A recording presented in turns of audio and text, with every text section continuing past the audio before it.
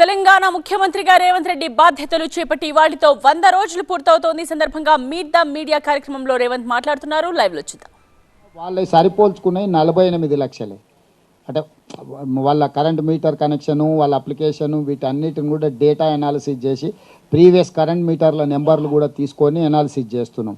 ఇట్లా ఏమైనా clerical error ఒక్కోసారి నింపేటప్పుడో లేకపోతే చెప్పేటప్పుడో ఏదన్నా చిన్న చిన్న తప్పిదాలు ఉంటే సవరించుకోవడానికి కూడా కౌంటర్స్ ఓపెన్ చేసినాం. సో ఇప్పటి వరకు అంటే మొదలుపెట్టి కొద్ది రోజులైంది, ఇప్పటి వరకు చేరుకున్న నెంబర్ చెప్తున్నా.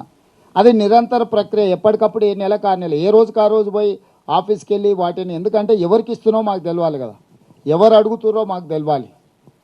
అందుకోసమని దాన్ని నిరంతర ప్రక్రియ అందరికీ ఇస్తాం. అర్హులైన వాళ్ళకు ఒక్కరికి కూడా ఆపము, అనర్హులకు ఒక్కరికి కూడా ఇవ్వము.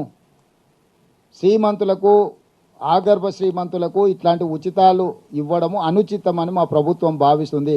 కోటీశ్వరుల కోసం ఇట్లాంటి పథకాలు ఇవ్వబడవు. పేదలకు మాత్రం 100% ఆదాయాన్ని పెంచుతాం, పేదలకు పంచుతాం. ఇదే మా విధానం.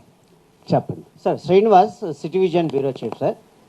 ముందుగా 100 రోజులు పూర్తి చేసుకున్న మీకు శుభాకాంక్షలు. దాంతోపాటు ఇప్పుడు రాష్ట్ర ఆదాయానికి మేజర్ కాంట్రిబ్యూషన్ జిహెచ్ఎంసీ నుంచి రావాల్సిన నిధులు గత ప్రభుత్వం మళ్లించింది అనే ఒక ఆరోపణలు ఉన్నాయి.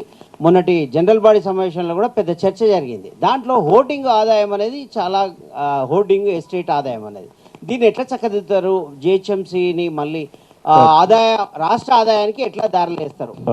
తప్పకుండా అంటే దేంట్లైనా పారదర్శకమైన విధానం తీసుకొచ్చి ఆదాయాన్ని పెంచుతాం. జిహెచ్ఎంసీకి ఏవైతే నిధులు గతంలో ఇవ్వలేదు, ఇప్పుడు కొద్దిగా విడుదల చేస్తున్నాం. అప్పుడు కూడా వాళ్ళ బ్యాంకులో పైసలు ఉండేవి, ఇప్పుడు జీతాలు ఇవ్వలేని పరిస్థితికి నెట్టిండ్రు.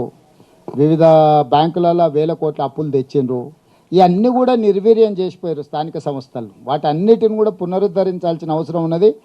పునరుద్ధరించడానికి నిరంతరం పనిచేస్తున్నాం, మంచి అధికారులను వేస్తున్నాం, ఆదాయాన్ని పెంచుకుంటాం. తప్పకుండా వాటిని మళ్ళీ పట్టాలు ఎక్కించి మంచి పరిపాలన అందిస్తాం.